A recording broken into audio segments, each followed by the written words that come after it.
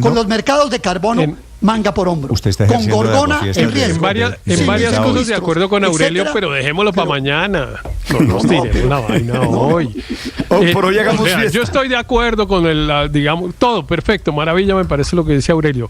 Y que esté preocupado como pero normalmente porque el gringo está ahí y todo, pero dejémoslo para mañana. Yo le prometo que pues yo, por ejemplo, mañana renuncio al tiempo que pueda tener derecho a intervenir en la conversación para que él pueda decirlo más largo, etcétera. Pero que no se tire la fiesta hoy. Hoy estamos celebrando que Cali tiene un evento de talla mundial. Pero en eso puedo decirle una cosita. Señora. Y es que esta cumbre que va a ser en Cali, muchas gracias, tiene un antecedente importante que se celebró en Cartagena. Y en el 2003 entró en vigencia el protocolo de Cartagena sobre seguridad de la biotecnología del convenio sobre diversidad. O sea, era específicamente sobre biotecnología, una discusión muy técnica en Cartagena, ya había tenido lugar en nuestro país, volvemos a ser protagonistas en el tema de biodiversidad. María Consuelo, tengo una noticia de última hora, se está conociendo en este momento la primera causa y otro video que confirman que los hechos de esta mañana en el Parque de la 93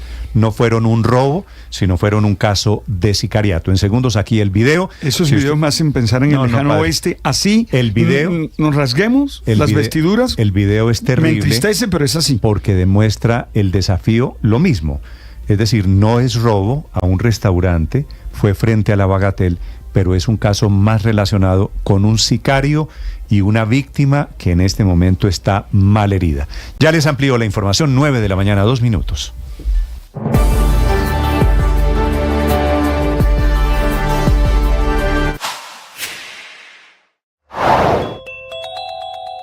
UNIDAP es Unidad de Trabajadores de Plataformas Digitales, también el Ministerio de Trabajo y también la misma aplicación Rappi. Pues se han alcanzado importantes acuerdos sobre estas condiciones laborales en la plataforma.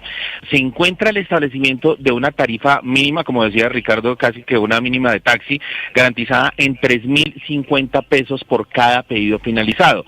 Así también como una tarifa mínima garantizada por distancia recorrida a partir del kilómetro 4. Además, se ha pactado que UNIDAP va a proporcionar a Rappi información relevante para combatir el fraude de repartidores. Usted sabe que muchos se hacen pasar, se ponen solamente la chaquetica, se ponen allá el cajón en su moto y muchos de ellos no funcionan así como Rappi, y otras situaciones que puedan afectar el funcionamiento de esta plataforma. Otro aspecto destacado del acuerdo es la realización de una prueba piloto de todo esto que se acordó en esta mesa tripartita. Y finalmente se va a reconocer a la Defensoría del Repartidor, esto se llama DAR, como un mecanismo que defiende los intereses y el bienestar de los repartidores conectados a la plataforma tanto a nivel local como internacional.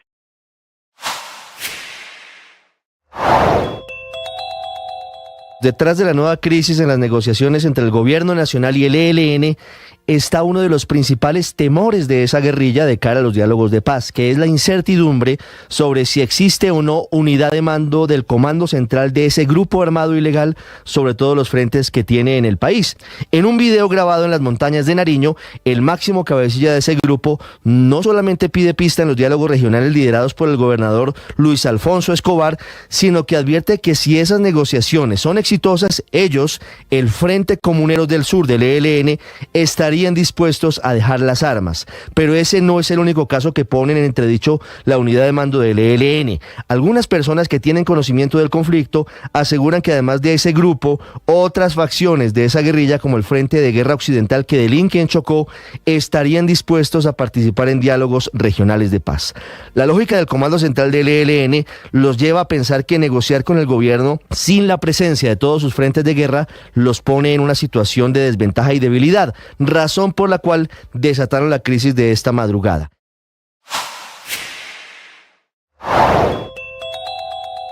La FIFA confirmó que Cali, Medellín y Bogotá serán las sedes del Mundial Femenino Sub-20, que se realizará también en el segundo semestre de este año. Arranca el 31 de agosto, va hasta el 21 de septiembre y después empata Cali con la COP de este año, con la Conferencia de Biodiversidad. Así que va a ser un año de mostrar a Colombia. Bogotá, Medellín y Cali, repito, sede de un Mundial Femenino que va a ver todo el mundo, el Mundial del fútbol femenino que está tan de moda.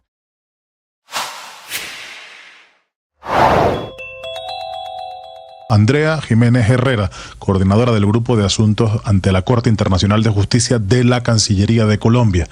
Ha hecho una intervención jurídicamente bien sustentada, pero también muy equilibrada en lo que se refiere a Israel y a Palestina. El reconocer a Israel como víctima de lo que pasó el pasado 7 de octubre, aunque también se refiere a las consecuencias desatadas después de esos ataques. Pero no crean que esto o lo que se está hablando en la Corte Internacional de Justicia está exactamente relacionado con los ataques del pasado 7 de octubre. En realidad, la Corte Internacional de Justicia de lo que está hablando o de lo que está intentando hablar es de las consecuencias legales derivadas de las políticas y prácticas de Israel en el territorio palestino.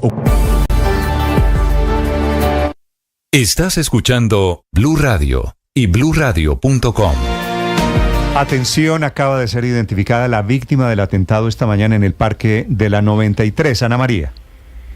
Néstor, buenos días. Pues me encuentro acá en el Parque de la 93 y lo que nos confirman fuentes de la policía es que la víctima sería Óscar Franco, Roberto Franco, hermano de Óscar Franco, quien fue exdirector de la DIAN.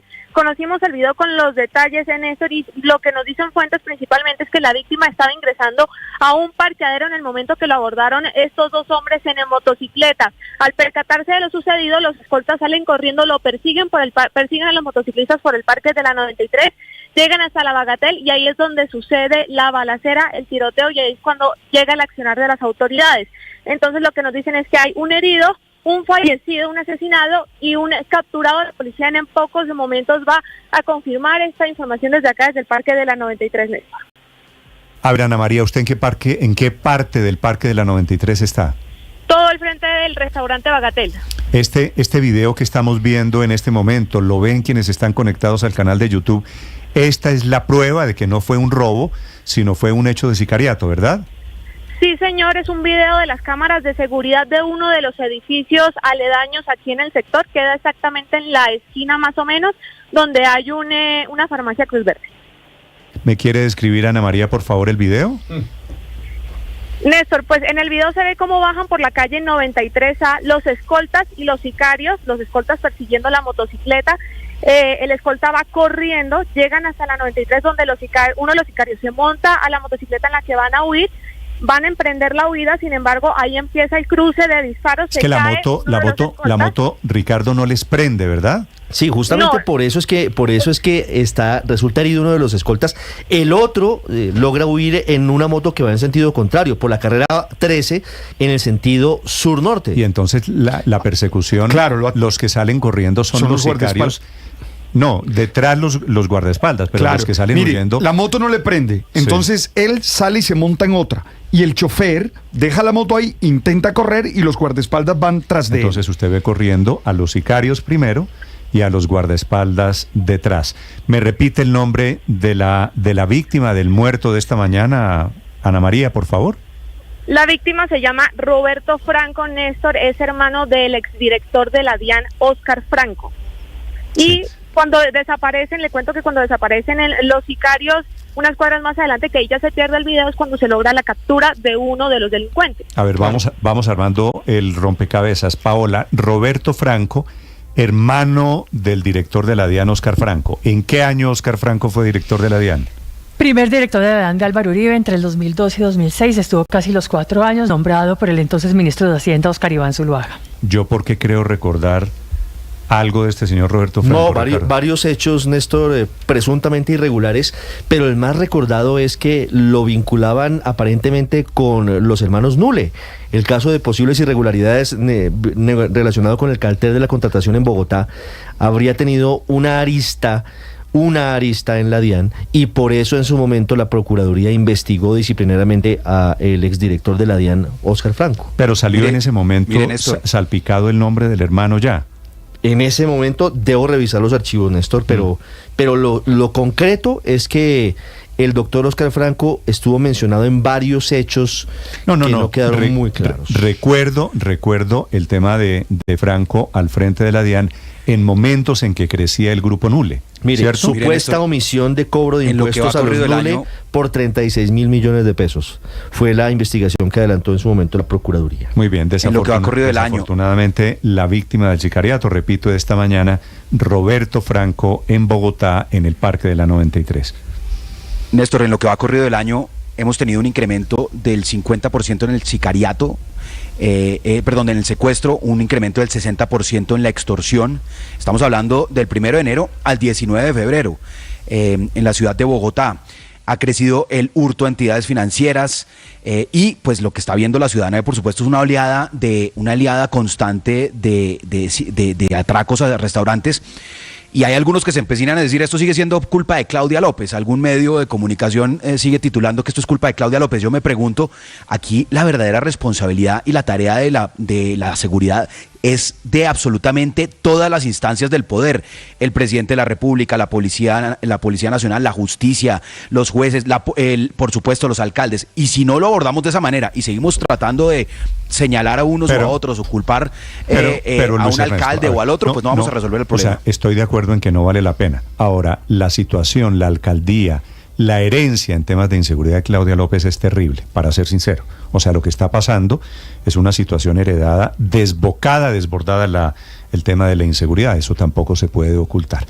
9:11 a.m. A propósito, desde el sur de Bogotá, esta mañana, con el otro caso, con novedades alrededor de el policía que mató a los 2 delincuentes en el sur de Bogotá. A esta hora, Felipe García. Hola Néstor, sí señor, continuamos acá justo al frente del restaurante Santander del Sur, donde ocurrió pues este tiroteo en el que este policía en retiro asesinó a 2 de los delincuentes que lo estaban atracando aquí en el sur de la capital del país. Lo que nos cuentan las personas, Néstor, es que esto no es nuevo, esto es una ola de atracos en este sector. Prácticamente a diario se registran estos casos en esta zona del sur de la ciudad. Incluso, Néstor, nos cuentan que esta mañana, a apenas unas cuadras de donde ocurrió este hecho ayer a las 2 de la tarde, intentaron robar a una niña que iba hacia su colegio acá en el sur de la capital del país. Lo que sabemos hasta el momento del policía en retiro es que continúa en una estación de policía, en una URI, de la Fiscalía, pues esperando su proceso de judicialización por este hecho en el que estos 2 delincuentes murieron aquí en el sur de Bogotá, Néstor. La Fiscalía ya presentó acusación, Felipe, contra el policía. Sobre esto, Néstor, no conocemos detalles del proceso todavía, sin embargo, más adelante les estaré contando detalles de lo que va el proceso de judicialización. ¿El nombre del policía se conoce? Sí, señor, es muy curioso, Néstor, porque se llama igual que yo. ¿El policía se llama Felipe García? Sí, señor, es un patrullero que trabajaba para la Dirección de Tránsito y Transporte de la Policía. ¿Y hasta cuándo fue policía activo? No conocemos a detalle hasta cuándo fue policía activo, Ricardo. Pero me da la impresión de que es un hombre de ¿cuántos años? ¿40 y algo, tal vez? Joven, ¿cierto? Sí, señor, 40 y tantos, Néstor. Muy bien. Felipe García reportando sobre el otro Felipe García, sobre el... Bueno, no sé cuál sea el bueno o el malo. No, el nuestro es el bueno con toda seguridad. Pero iba a decir, el policía padre... No lo podemos catalogar, calificar de bueno, de malo. Yo creo que para eso están los jueces. Porque la primera acción... Bueno, no, es que mató a 2 personas. La discusión es si es con en matices, defensa propia o no. Matices, esa es la discusión. Con matices. Esa es la discusión. No. Pero sí, para defenderse es bueno. Y eso entrará en una discusión entre la Fiscalía y el juez de control de garantías, donde la Fiscalía presentará las pruebas sobre si se trata de un caso de legítima defensa o un exceso o un uso desproporcional de la fuerza por parte del... Usted es muy difícil, ¿no? Yo no creo que uno deba juzgarlo. Eso lo tiene que calificar un juez y un fiscal. Usted fue secretario de Seguridad en Bogotá, ¿cierto? Usted manejó la seguridad en Bogotá. ¿A usted le parece que el policía Felipe García actuó en legítima defensa? Ante los hechos, mire, yo no soy abogado, menos experto en derecho penal. Ante el usted fue secretario de Seguridad, Daniel, en esa condición le pregunto. Sí. Fue secretario de Seguridad. ¿Usted sería partidario cuando le digan, oiga, Daniel, secretario de Seguridad en Bogotá, ¿esto es legítima defensa? Yo digo que sí, Néstor, ante los hechos que vimos dentro del local donde el delincuente activa el arma de fuego contra la persona. Ahí hay una afectación, digamos, primero le dispara al delincuente que estaba atracando y luego al de la moto, pero ya hay una condición, digamos, psicológica que se vio afectada de esta persona, que vio afectada su seguridad y reaccionó de la forma que reaccionó. Yo veo... Néstor, legítima defensa y esto tendrán que evaluarlo el fiscal y el juez del caso. Tengo aquí especialmente en la gente en YouTube o en redes sociales diciéndome que sí es legítima defensa, regañándome porque a mí me parece, padre, la verdad. Me parece que el primero, el que es adentro legítima defensa, ahí no hay discusión. O sea, si usted tiene un arma con salvoconducto y llega un tipo a apuntarle un revólver en la cabeza, le hace un tiro, pues obviamente usted, creo, a ver, eso es legítima defensa. Néstor, pero los ahora, dos hechos salir no se a pueden buscar, separar, ese es mi salir a punto. buscar al Ese es mi segundo, punto. ¿no? ¿Dónde está el otro? Y dispararle y matar al él segundo. sale a buscar al primero todavía, porque es que él Si fueran completamente separables los dos hechos, Néstor, yo creo que no van a ser separables y esta va a ser el argumento de la defensa. Daniel, porque es que él no sale a buscar el segundo, él sale a buscar al primero, él sale a buscar al que lo ataca dentro. Lo que pasa es que cuando le está disparando a ese es que se encuentra al segundo, que ahí es donde está la discusión realmente. Lo que pasa es que Néstor, es muy difícil juzgar a alguien. Juzgar a alguien en esa situación es muy complejo porque nadie sabe cómo reacciona. Yo no creo en que cada uno tenga que estar armado y cada uno tenga que defenderse. Yo no creo en eso. Es decir, Néstor, a mí no me gusta responderle algo que dijo usted hace unos minutos. Es posible que si yo tuviera un arma, yo reaccionaba igual. Uno no sabe. No sé. Pero la razón, lo que sí le puedo decir es, la razón por la que no tengo arma es por eso, me imagino. Es para evitarme la tentación de sentirme Kid Morales. No, Dios nos libre. Arrancar a balazos al primero que se mete con uno. Señor. Néstor, pero permítame responderle a algo que dijo usted ahora, que lo que está pasando en Bogotá es toda herencia de Claudia López. Y acá tenemos a un ex colega de Bogotá, que fue secretario de Seguridad con Enrique Peñalosa, y es tan absurdo decir que lo que pasaba durante la administración de Claudia López era herencia de Peñalosa o de Daniel, como decir que ahora lo que está pasando es herencia de Claudia López. Es que la realidad es que el problema de seguridad viene deteriorándose desde hace años, desde la alcaldía de Enrique Peñalosa. Hace un mes y por supuesto, López. Luis permítame, Ernesto, Néstor. No me diga que la situación de inseguridad llevamos esto depende. Entonces, ¿hasta cuándo es culpa de Claudia López lo que pasa en Bogotá de seguridad? La señora está en Harvard estudiando y sigue siendo entonces este atraco ahorita, el tiroteo en el Parque de la 93, todo sigue siendo culpa de Claudia López. Yo la verdad creo que ahí lo que hay es una intención de instalar un relato.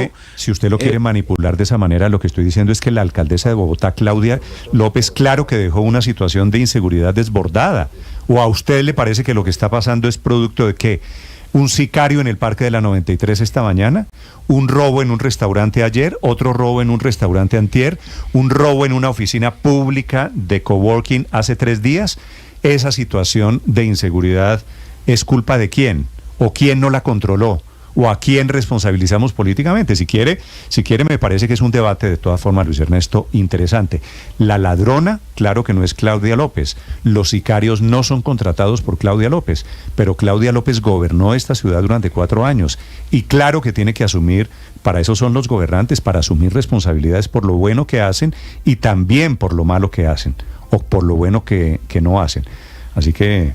Néstor, y los indicadores de inseguridad. Las alusiones. Va a buscar la responsabilidad conjunta que tiene Gobierno Nacional, Policía, Justicia, el mismo Congreso, porque es que aquí lo hemos dicho. Falta legislación, sí, falta legislación.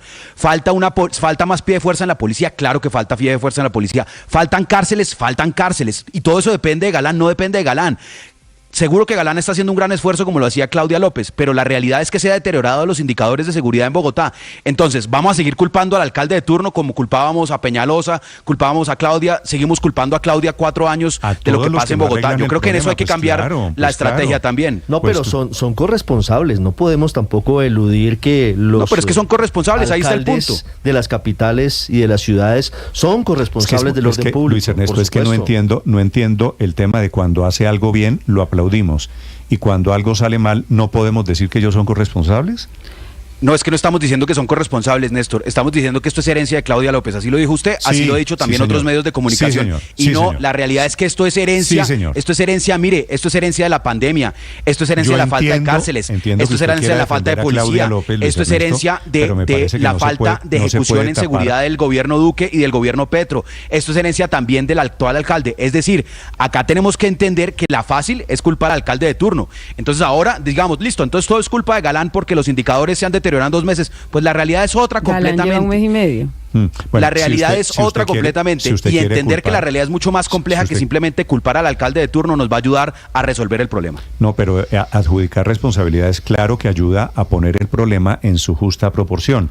O ahora los alcaldes no tienen responsabilidad en el control del orden público, esa no me la imaginé. Son las 9 de la mañana, 20 minutos. En segundos, las novedades, los cambios de cobros que ha pactado Rappi, su sindicato y el gobierno. En segundos, el representante de Rappi, aquí en Mañanas Blue. Estás escuchando Blue Radio.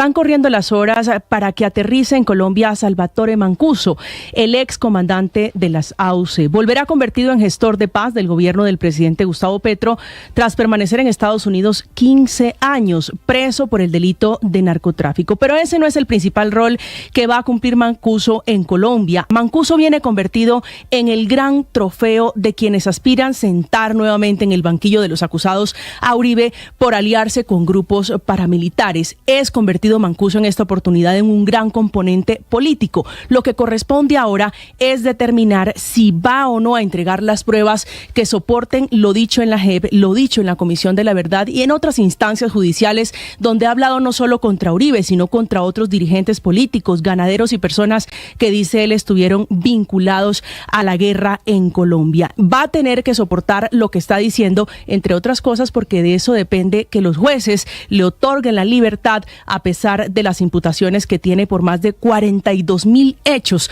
cometidos en secuestros, en masacres, en desapariciones forzadas y torturas que cometieron cuando él era el máximo comandante de las AUC. La experiencia espiritual siempre nos conecta con lo mejor de nosotros y con los demás. La experiencia espiritual no se queda en un ejercicio narcisista de saber quién soy, de saber qué tengo. La experiencia espiritual me ayuda a descubrir al otro como un hermano, como...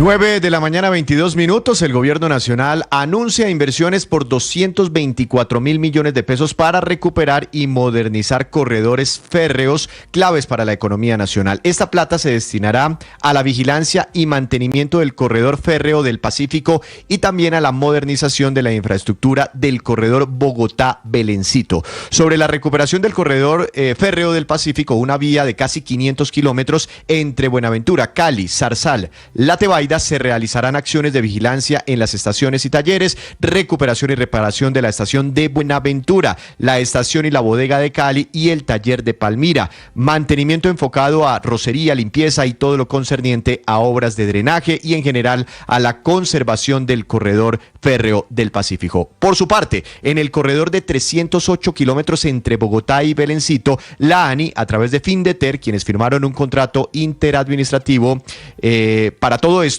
busca aumentar su capacidad operativa para el transporte de carga, por lo que se realizarán acciones para la modernización de esta línea férrea, entre ellas adquisición e instalación de elementos como rieles, traviesas, soldaduras, fijaciones y cambiavías, la reparación e intervención y puesta a punto de locomotoras inclusive. Mediante estas inversiones buscan aumentar la capacidad de estos corredores.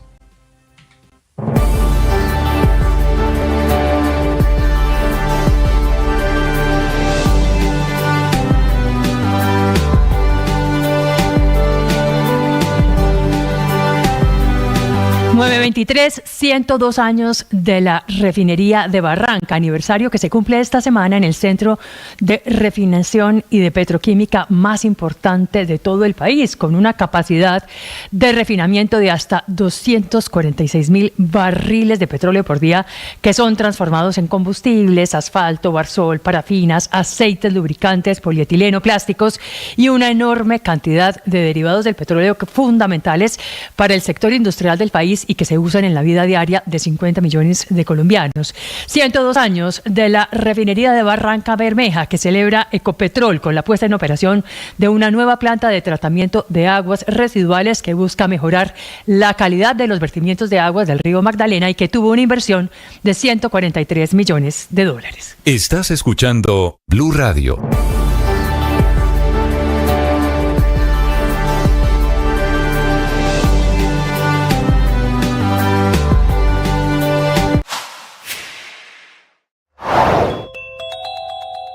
Nueva crisis en el proceso de diálogo con el ELN, que decidió congelar el proceso de paz anoche tarde, un proceso que arrancó hace casi un año por supuestas violaciones de lo pactado con el gobierno.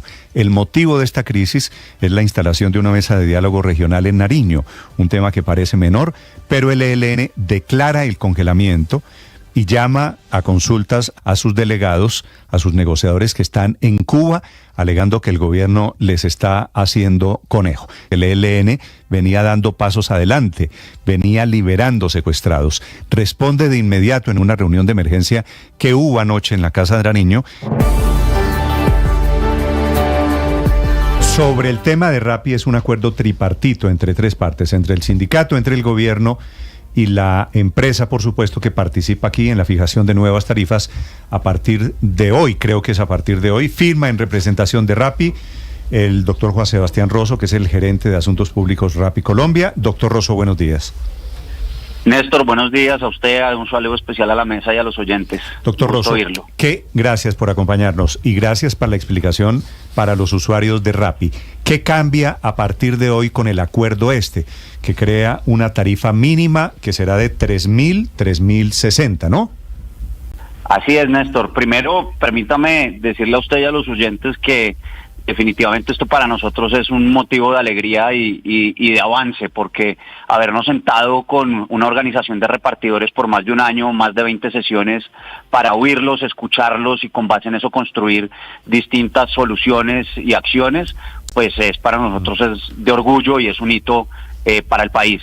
Y adicionalmente, pues en ese acuerdo hay muchos puntos que son relevantes. Yo quisiera resaltar 4 fundamentales: el reconocimiento de la Defensoría del Repartidor como un mecanismo que es una buena práctica y un modelo en la industria muy innovador, que es nuestro ADN, y adicionalmente garantía a los repartidores para asociarse, reconocimiento de sus organizaciones, y por otro lado el trabajo conjunto para combatir el fraude y las ganancias mínimas garantizadas como ingreso a los repartidores. Sí. Doctor Rosso, dije 3.060, voy a corregir, son 3.050 el mínimo garantizado por cada pedido para los repartidores de Rappi, ¿cierto? 3.050. Y a partir del kilómetro 4, en cada pedido, una tarifa de 640 pesos adicionales por ese kilómetro adicional. ¿Esto cómo cambia el tema de las tarifas de Rappi hoy?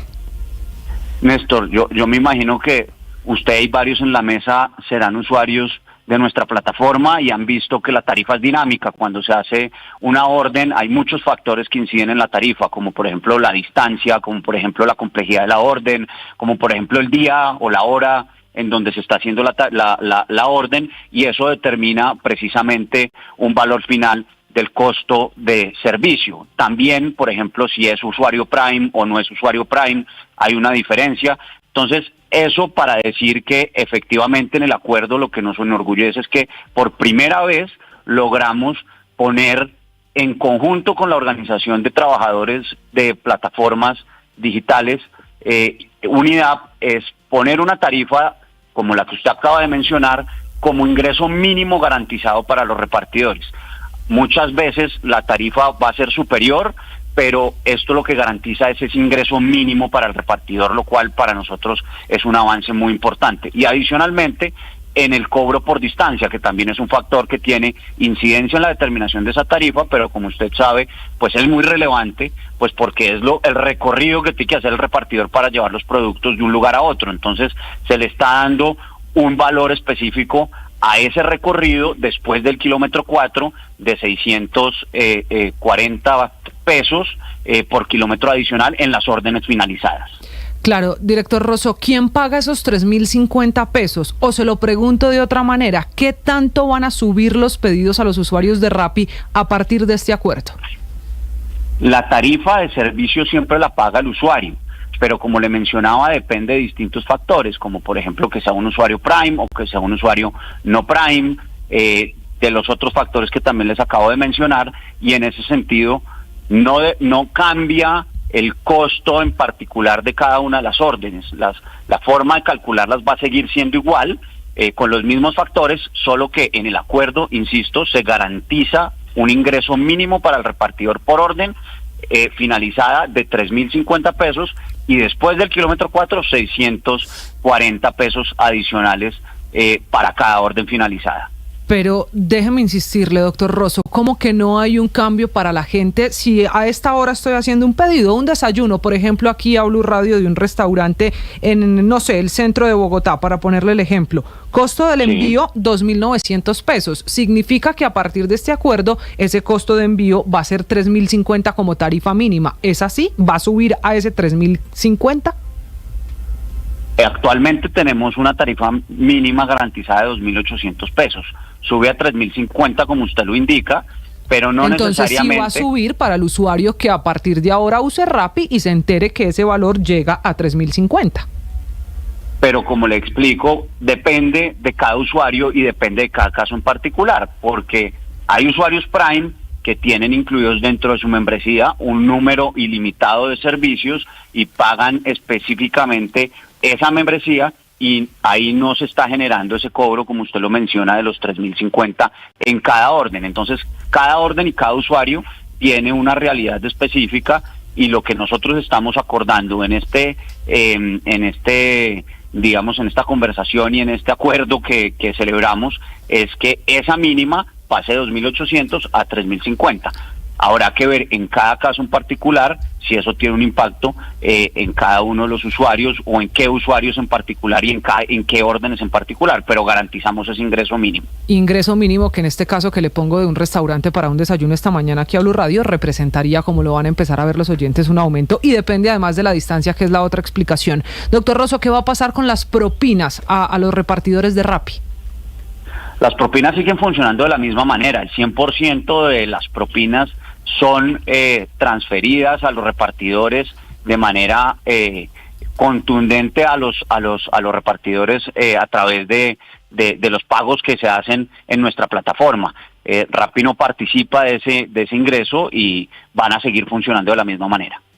Claro, ¿cómo hicieron el cálculo? Revisando aquí el acuerdo de Rappi, de los trabajadores de Rappi y del Ministerio de Trabajo, doctor Rosso, veo además la tabla que, dependiendo de la distancia, pues será un cobro que se le va a calcular al usuario de Rappi, pero llega hasta los 10 kilómetros para que sean esos 64 pesos más, y a partir de los 10 kilómetros hay otra manera de calcularlo. ¿Cómo hicieron esa tabla? Los costos que se tienen en cuenta, o el ejercicio que se hizo de manera conjunta con el Ministerio y con la organización de repartidores, es basado en 3 elementos fundamentales. El primero es tener en cuenta un equivalente al salario mínimo legal vigente diario. El segundo componente son los costos de operación, de rodamiento, incluyendo la gasolina, la depreciación del vehículo y el mantenimiento. El tercero son los costos ya operacionales precisamente que le mencionaba para hacer una orden, y finalmente el tiempo estimado de entrega de un pedido. Con base en esos criterios fundamentales, o en esos elementos, se fijó precisamente ese ingreso mínimo que usted menciona y el del kilómetro adicional. Y para aclarar, esto aplicará no solamente para los pedidos hasta 10 kilómetros, sino de manera indefinida por la distancia recorrida. Si el pedido es de 6 kilómetros, aplicará el valor por distancia respectivo cada kilómetro de 640 pesos, pero si el pedido es de 11, 12, 13 kilómetros, ahí igual se calcula de la misma manera. Seguramente en la tabla sale hasta el décimo, claro, porque pues no había que poner todo, sino está la fórmula como se calcula. Pero doctor Rosso, mirando esta información que nos entrega el Ministerio de Trabajo y también el acuerdo firmado entre todas las partes, dice algo así sobre este tema del kilómetro adicional: una tarifa mínima garantizada por distancia recorrida a partir del kilómetro 4, que es lo que usted nos acaba de explicar, en cada pedido de moto finalizado, de 640 pesos por kilómetro. Pero yo he visto, y aquí va mi pregunta, doctor Rosso, que hay rapitenderos sí en moto, pero hay otros que pedalean, que están en bicicleta, sí. Y hay otros inclusive que tienen bicimotores, que es la bicicleta con el motorcito. ¿Esto solo va a aplicar para los señores que están en moto? En el caso de la ganancia mínima garantizada de 3.050 pesos, aplica para todo tipo de orden, independientemente del vehículo.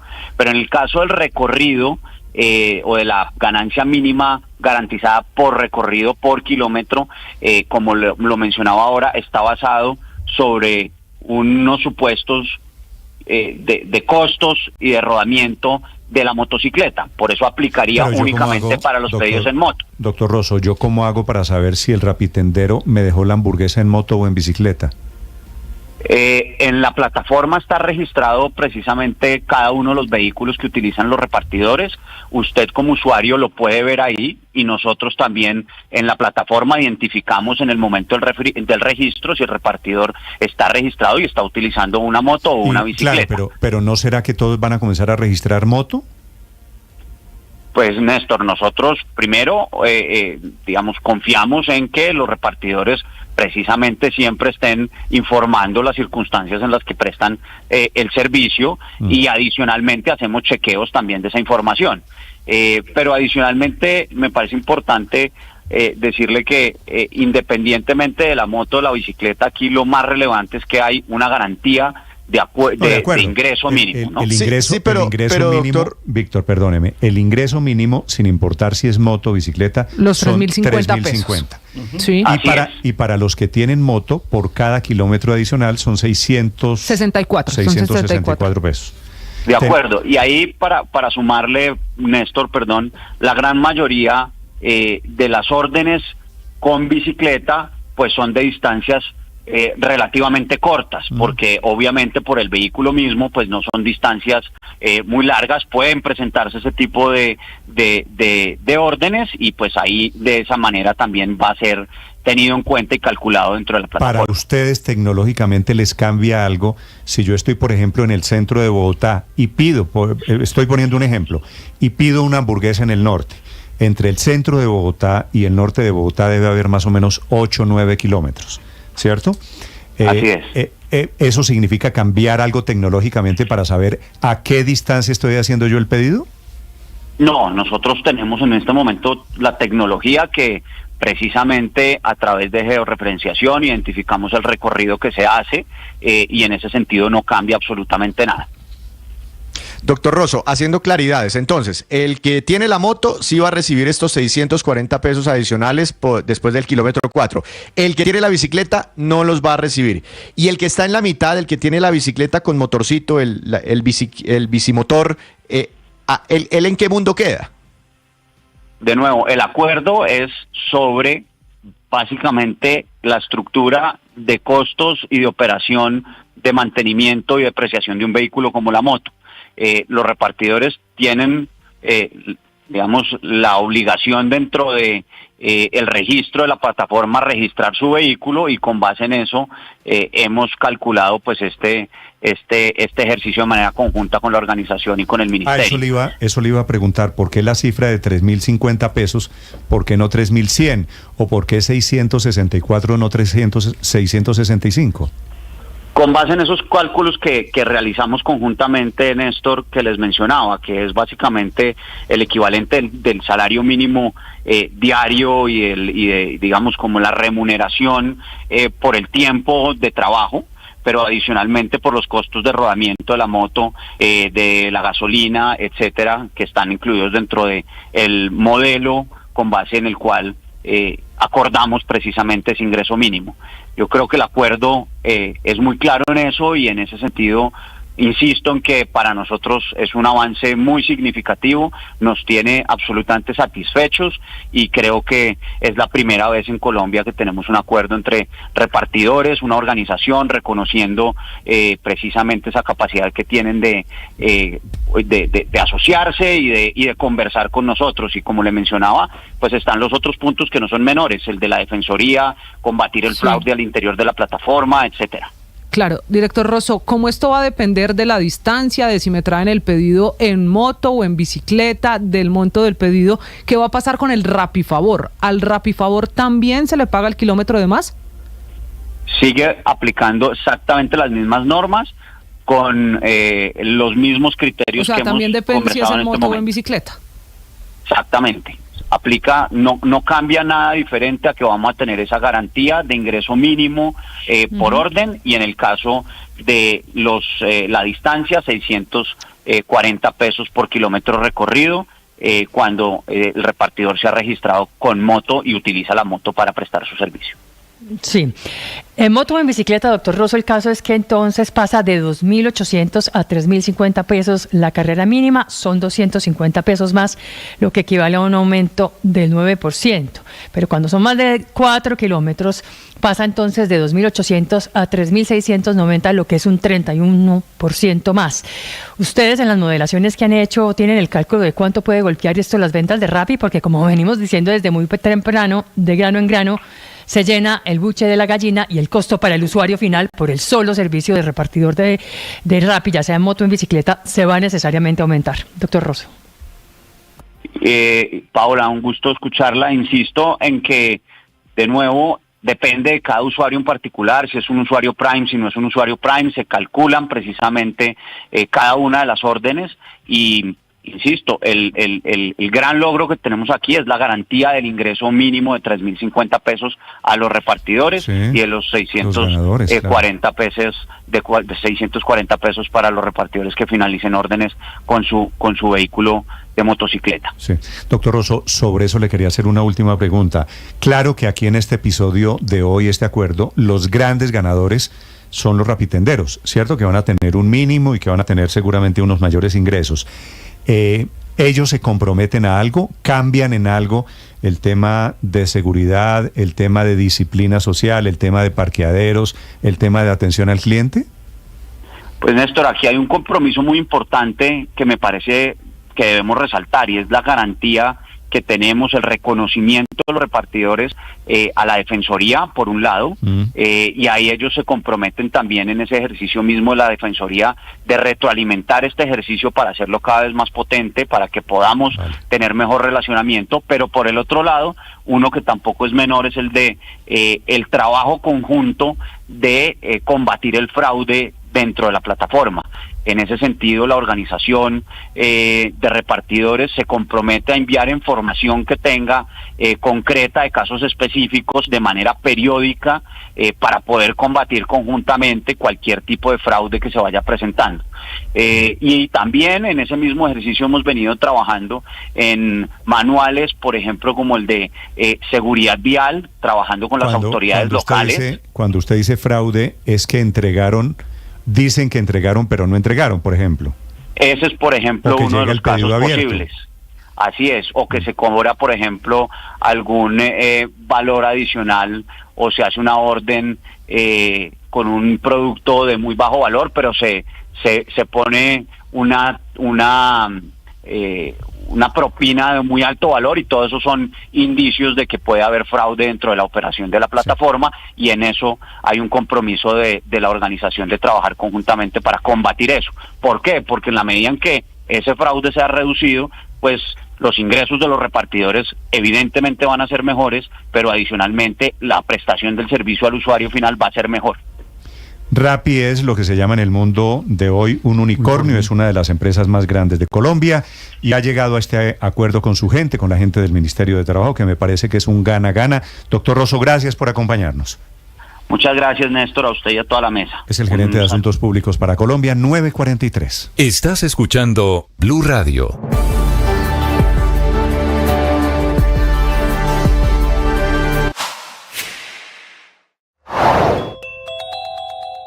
En las últimas horas, la Procuraduría empezó un seguimiento a la plata de la salud para determinar las causas de la insuficiencia de la famosa UPC y para saber qué pasaron con 1.5 billones de pesos que se han girado para la construcción de hospitales, la compra de ambulancias y la compra de los llamados equipos extramurales, aquellos requisitos médicos para visitar o atender pacientes fuera de las clínicas y fuera de los consultorios. Las preguntas las tiene la Procuradora Delegada en Salud, Diana Margarita Ojeda, que revisó esos giros que en su mayoría se hicieron a secretarías locales y departamentales y ella encontró que en las resoluciones de inversión no aparecen ni los contratos ni la planeación de esa plata, lo que podría terminar, como dice ella, mínimo en investigaciones disciplinarias. Y hay una segunda arista en esta investigación. Ojeda, la procuradora delegada, también anunció que la Procuraduría sigue de cerca las denuncias de presiones a interventores de la Superintendencia de Salud en hospitales públicos y privados del país a los que se le ha hecho algún tipo de seguimiento.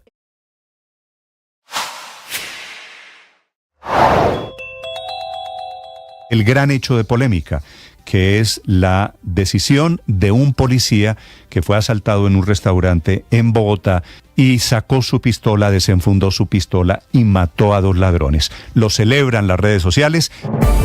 9:45 a esta hora, la información deportiva con Mazda en Mañanas Blue. Deu a bola na fogueira pro Caio Alexandre, gol, vem bola pro gol!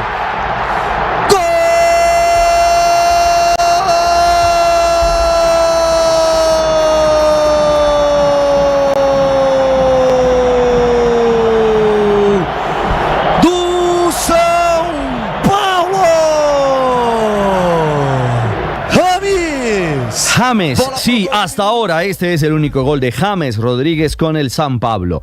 Y hoy el coordinador técnico del club, Muricy Ramalho, puso punto final a la novela. Confirmó que el 10 se queda y tendrá una nueva oportunidad en el club paulista. Ele pediu desculpas, né? Isso é importante.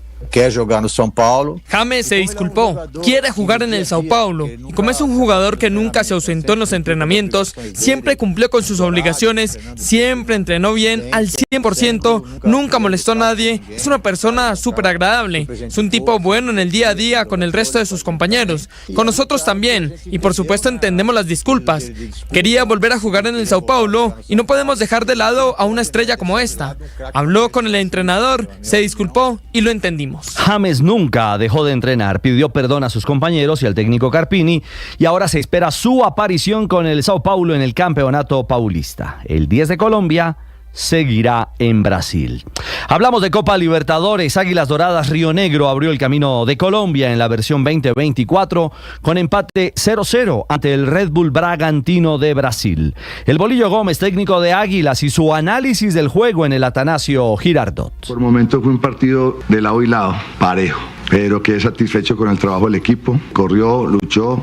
Le costó proponer, pero a veces lo intentó. Y el panorama sigue siendo igual. A veces en Copa Libertadores no perder es sumar también. Bueno, hoy el turno es para Atlético Nacional, que visita al Nacional de Paraguay en el Estadio Defensores del Chaco. El arquero paraguayo del Nacional de Medellín, Santiago Kili Rojas, y su visión del duelo de hoy en Asunción. Bueno, como todo rival paraguayo, un partido difícil, un partido de noche de Libertadores. Bueno, nosotros venimos a hacer nuestro juego y sacar un resultado positivo que nos pueda llevar tranquilo allá en Colombia. Y ahora la Liga MX en México, con sello y gol colombiano. Monreal se quiere llevar a Pavel Pérez, ya lo consiguió, se le atravesó, Mateo metió el centro, gol del Necaxa.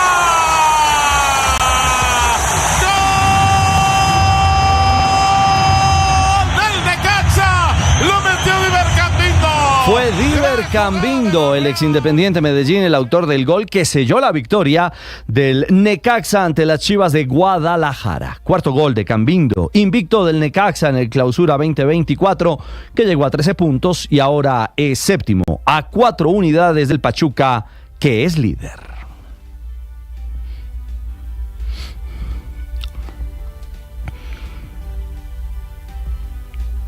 Y nos abre hoy de nuevo la puerta a la Champions. Hoy siguen los duelos de octavos de final. Juegos de ida. Napoli en Italia recibe al Barcelona de Xavi Hernández. El entrenador del club catalán se refirió al despido de Walter Mazzarri, técnico del club napolitano, casi a horas del juego. Veremos qué dibujo táctico utiliza. Lo más importante es nuestro equipo, nuestros futbolistas, que estén cómodos, que se sientan bien, que tengamos el dominio del partido. Para mí es fundamental, independientemente del entrenador contrario y del equipo contrario. El otro duelo será entre Porto y Arsenal en Portugal. El entrenador del club inglés, Mikel Arteta, y el reto de los Gunners del Arsenal en octavos. Está genial. Nos hemos ganado el derecho de estar aquí. Hace 7 años que no estamos en esta instancia para disputar este tipo de partidos y ya son 14 años los que no hemos sido capaces de pasar de ronda. Ese es el reto, es lo que tenemos por delante y estamos entusiasmados por poder afrontarlo e ir plenamente convencidos de que podemos lograrlo. Pausa y hablamos de las estrellas del fútbol femenino.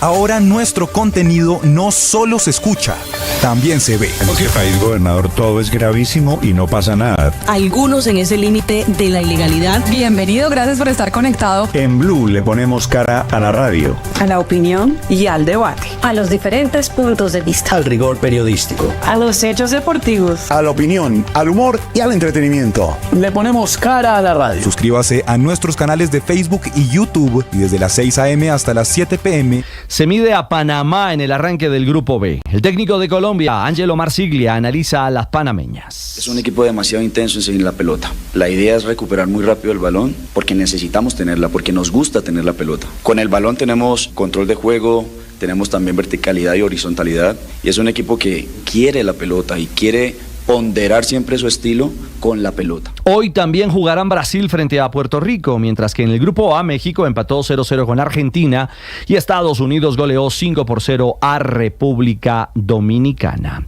¿Y qué pasó hoy en el Tour de Ruanda?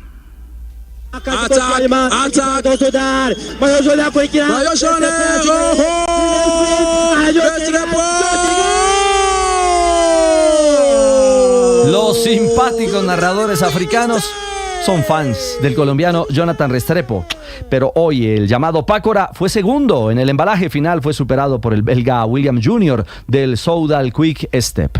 El colombiano del Póltico Meta ya tiene un triunfo y un segundo lugar tras la cuarta etapa del Tour de Ruanda en África. Mañana quinta fracción, contrarreloj individual de 13 kilómetros en ascenso, con final en el Monte Kigali. Y noticia al cierre, el colombiano Einer Rubio del Movistar Team fue noveno hoy en la tercera etapa del Tour de los Emiratos Árabes Unidos. El australiano Ben O'Connor ganó la fracción. 9:51 los deportes a esta hora en Mañanas Blue.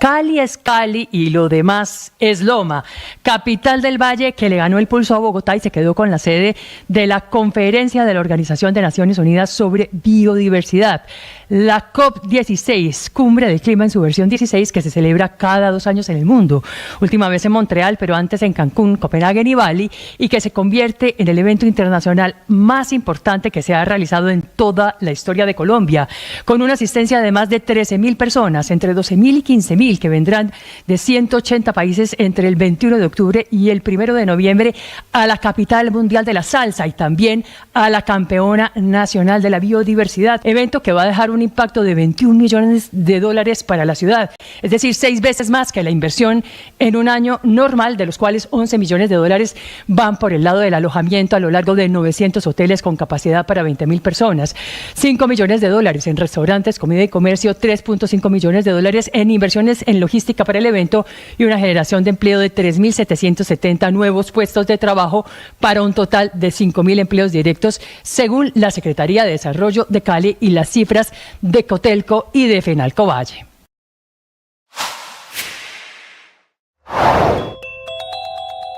UNIDAP es Unidad de Trabajadores de Plataformas Digitales, también el Ministerio de Trabajo y también la misma aplicación Rappi. Pues se han alcanzado importantes acuerdos sobre estas condiciones laborales en la plataforma. Se encuentra el establecimiento de una tarifa mínima, como decía Ricardo, casi que una mínima de taxi, garantizada en 3.050 pesos por cada pedido finalizado.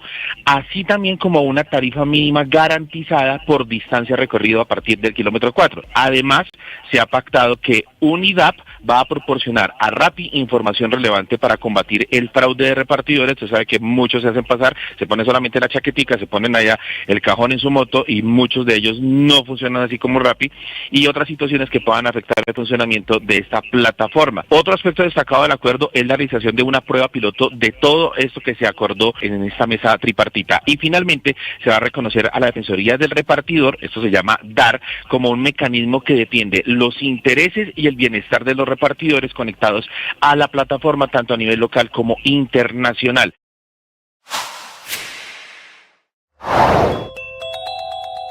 Detrás de la nueva crisis en las negociaciones entre el gobierno nacional y el ELN está uno de los principales temores de esa guerrilla de cara a los diálogos de paz, que es la incertidumbre sobre si existe o no unidad de mando del comando central de ese grupo armado ilegal sobre todos los frentes que tiene en el país. En un video grabado en las montañas de Nariño, el máximo cabecilla de ese grupo no solamente pide pista en los diálogos regionales liderados por el gobernador Luis Alfonso Escobar, sino que advierte que si esas negociaciones son exitosas, ellos, el Frente Comuneros del Sur del ELN, estarían dispuestos a dejar las armas. Pero ese no es el único caso que ponen en entredicho la unidad de mando del ELN. Algunas personas que tienen conocimiento del conflicto aseguran que además de ese grupo, otras facciones de esa guerrilla, como el Frente de Guerra Occidental que delinque en Chocó, estarían dispuestos a participar en diálogos regionales de paz. La lógica del Comando Central del ELN los lleva a pensar que negociar con el gobierno sin la presencia de todos sus frentes de guerra los pone en una situación de desventaja y debilidad, razón por la cual desataron la crisis de esta madrugada.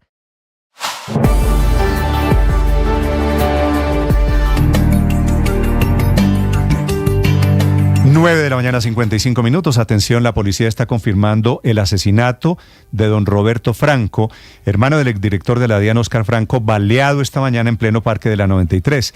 Estaba entrando a una empresa de consultorías y asesorías en ese edificio que se llama así Parque 93.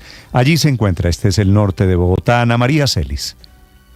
Néstor, buenos días. Pues empezamos a conocer nuevos detalles acerca de la investigación de este hecho de sicariato que sucedió sobre las 7:30 de la mañana acá en el Parque de la 93. Lo que dice el coronel Juan Carlos Arévalo, comandante operativo de la Policía Metropolitana de Bogotá, es que la víctima se estaba bajando del carro en el edificio Parque 93 cuando fue interceptado por estos dos delincuentes, estos dos que le dispararon y que finalmente termina él falleciendo en la clínica tras lo sucedido. Ahí se emprende la huida de los sicarios y lo que comenta el coronel es que no se trata de los escoltas de la víctima, sino de personas de seguridad privada que se percataron del hecho e intentaron intervenir para lograr la captura de estos delincuentes, a los cuales no solo se les varó la moto, sino que uno de ellos también resultó herido y fue posteriormente capturado. Esto fue lo que dijo el coronel. La víctima es un ciudadano que trabajaba en la parte de asesorías de empresas. El día de hoy tenía una cita para poner en conocimiento unas irregularidades que habían encontrado en la auditoría que habían realizado una empresa privada. Y es que esta es la principal hipótesis que manejan en este momento las autoridades, Néstor, las irregularidades que habría encontrado la víctima en una asesoría de una empresa privada. Aún no se conoce cuál es la empresa que estaba investigando el señor Roberto Franco, pero dice la policía que la línea de investigación va por ahí para conocer qué fue lo que sucedió. Sí, Ana María, ¿y sabemos el informe de auditoría era contra qué empresa o de qué sector por lo menos? Del sector privado, Néstor, dice la policía, pero todavía no se ha dado a conocer el nombre exacto. Dice la policía que por temas de investigación no van a dar a conocer el nombre por el momento. Digo, si el asesinato de este señor Franco fue en la oficina a la que estaba entrando, ¿alguien de esa oficina, de esa empresa, ha aparecido? No, señor, ellos están entrando en este momento a las oficinas acá en el Parque La 93 para hablar con las personas de lo que sucedió. Esa era la oficina de él, la cita que estaba pactada era en la oficina de él que queda en ese edificio. Okay. Esa aclaración es importante. Ahora, si hay un capturado allí, uno de los sicarios, me imagino ya la policía está andando con pistas. 3 muertos en 2 hechos de violencia en las últimas 24 horas en Bogotá. Desde el sur de la ciudad, Felipe García. Sí, señor Néstor, continuamos acá frente al restaurante El Asadero Santander del Sur. A esta hora apenas están abriendo las puertas de este restaurante donde, recordemos, se registró este atraco ayer sobre las 2:40 de la tarde, donde murieron estos 2 delincuentes. El primero, recordemos, identificado como Daniel Schneider Albino, de 27 años, y el segundo hombre identificado como Edgardo Vela Orrego. Hemos intentado, Néstor, hablar durante toda la mañana con estas personas, los dueños del restaurante. Sin embargo, lo que nos dicen es que no van a hablar por el momento porque dicen que están colaborando con la justicia y que les da miedo pues hablar a medios de comunicación, teniendo en cuenta que de pronto los delincuentes pueden tomar represalias contra ellos, teniendo en cuenta pues que, como le mencionaba hace un momento, los hechos de inseguridad acá en este punto de la ciudad son constantes. ¿Qué se sabe hasta el momento del policía, de este patrullero, expatrullero de la Dirección de Tránsito y Transporte, que todavía está en este momento en una aure de la Fiscalía esperando a ser judicializado por este doble homicidio aquí en el sur de Bogotá? Felipe, gracias. 9:59 a.m. Desafortunadamente está totalmente desbaratada la inseguridad en Bogotá. Falta 1 minuto para las 10 de la mañana y en medio de estas condiciones, esta mañana cerraron ya la Plaza de Bolívar en desarrollo de la tutela fallada por el Consejo de Estado para darle garantías y seguridad a los magistrados de la Corte Suprema de Justicia que se vuelven a reunir para intentar elegir fiscal. Esta seguridad, esta Plaza de Bolívar, centro de Bogotá, literalmente blindado, para que no pase lo mismo de hace apenas algunos días. Andrés Carmona. Así es, Néstor, buenos días. Y es que luego de esa decisión del Consejo de Estado en el que exhorta al alcalde mayor de Bogotá, Carlos Fernando Galán, a tomar mayores medidas de seguridad para proteger el perímetro del Palacio de Justicia y garantizar la seguridad tanto de los funcionarios judiciales como de los magistrados que mañana vuelven a tener una sesión de votación de fiscal general en la sala plena de la Corte Suprema de Justicia, pues ya se han instalado todas estas rejas en los alrededores de lo que son la carrera octava, la calle 12, la carrera novena y la carrera 10ª, todo el perímetro de la Plaza de Bolívar, e incluso ya se ha iniciado el proceso de aumento de pie de fuerza de policía. Recordemos que van a ser cerca de 1.800 policías que van a estar dispuestos en este operativo de protección del Palacio de Justicia. Solo se tendrá habilitada la carrera 7ª para las personas que deseen movilizarse, o si van a haber manifestaciones convocadas para el día de mañana, pues puedan hacerlo cumpliendo sus derechos en la carrera 7ª y garantizando el control efectivo para evitar situaciones críticas como la zonada y los bloqueos que ocurrieron el pasado 8 de febrero, Néstor. Ahora, Andrés, para ser sincero, a diferencia del 8 de febrero, lo que pasó hace ya 2 semanas, en esta oportunidad ni el presidente Petro, ni hay funcionarios del gobierno, ni hay petristas de esos célebres en redes sociales convocando manifestaciones frente a la Corte, ¿no? Así es, Néstor, ni el presidente ni ningún integrante del pacto histórico ha decidido llamar a las movilizaciones. Se siente que ya la situación pues ha sido un poco tensionante luego de lo ocurrido el pasado 8 de febrero y consideran que es mejor dejar que la Corte tome sus decisiones. Pero para tomar medidas de precaución y protección es que hoy se están instalando todas estas rejas y se van a cerrar diferentes calles, como le decía, la octava, la calle 12, la carrera novena y la carrera 10ª, Néstor. Gracias, Andrés. Creo que el presidente, creo que el gobierno, creo que el petrismo está entendiendo que la peor estrategia es asediar a la Corte Suprema de Justicia. La Corte, a propósito, esta mañana está tomando una decisión muy importante, no tiene que ver con la elección del fiscal, dejó en libertad a Eduardo Pulgar, que era el senador que estaba detenido por un caso de corrupción. Catalina Vargas. Néstor, buenos días. La Sala de Instrucción de Primera